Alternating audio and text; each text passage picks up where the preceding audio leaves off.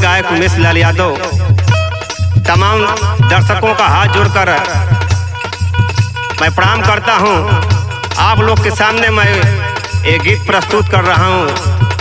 ये गीत उस समय का है जिस समय राम बन जा रहे थे। एक छोटा सा नन्हा मुन्ना बच्चा गया अपने माँ के पास, रो के कह रहा किस भाव में, हे माई राम गईले बनवा, हे माई राम गईले बनवा, कई के करनवा।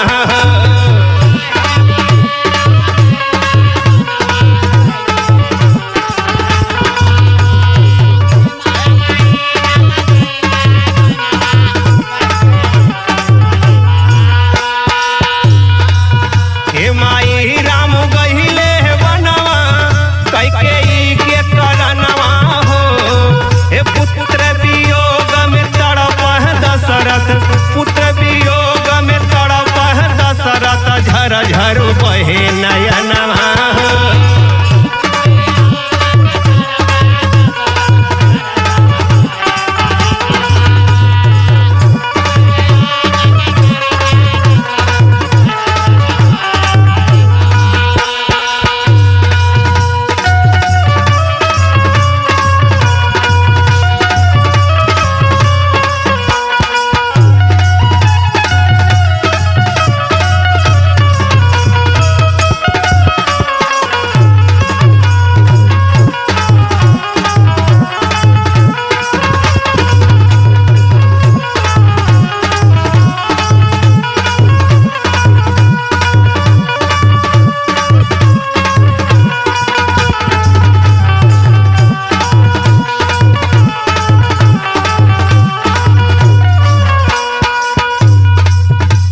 के राज मांगे राम जी के बनवा, मैं भमतारी धन के करनवा।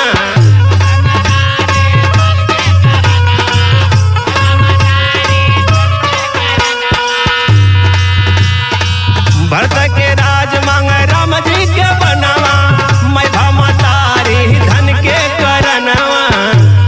सीता सुकुआरी लक्ष्मण गई न, सीता सुकुआरी लक्ष्मण गई न, राम जी के संगवा।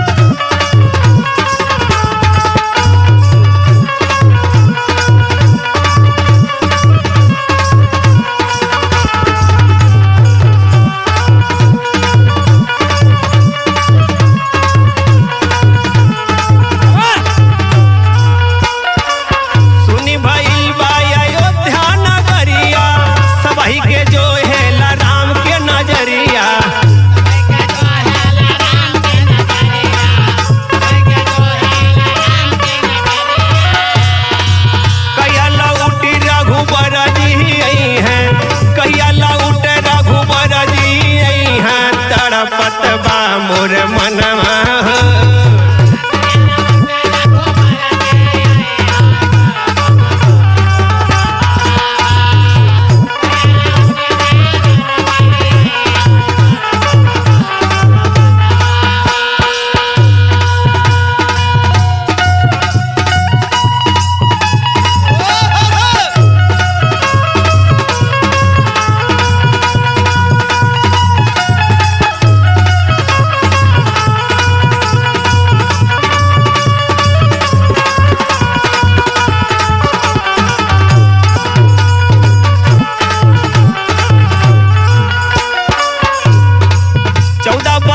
कैसे कटिहा हो रतिया, पूछे उमेश दीजे भा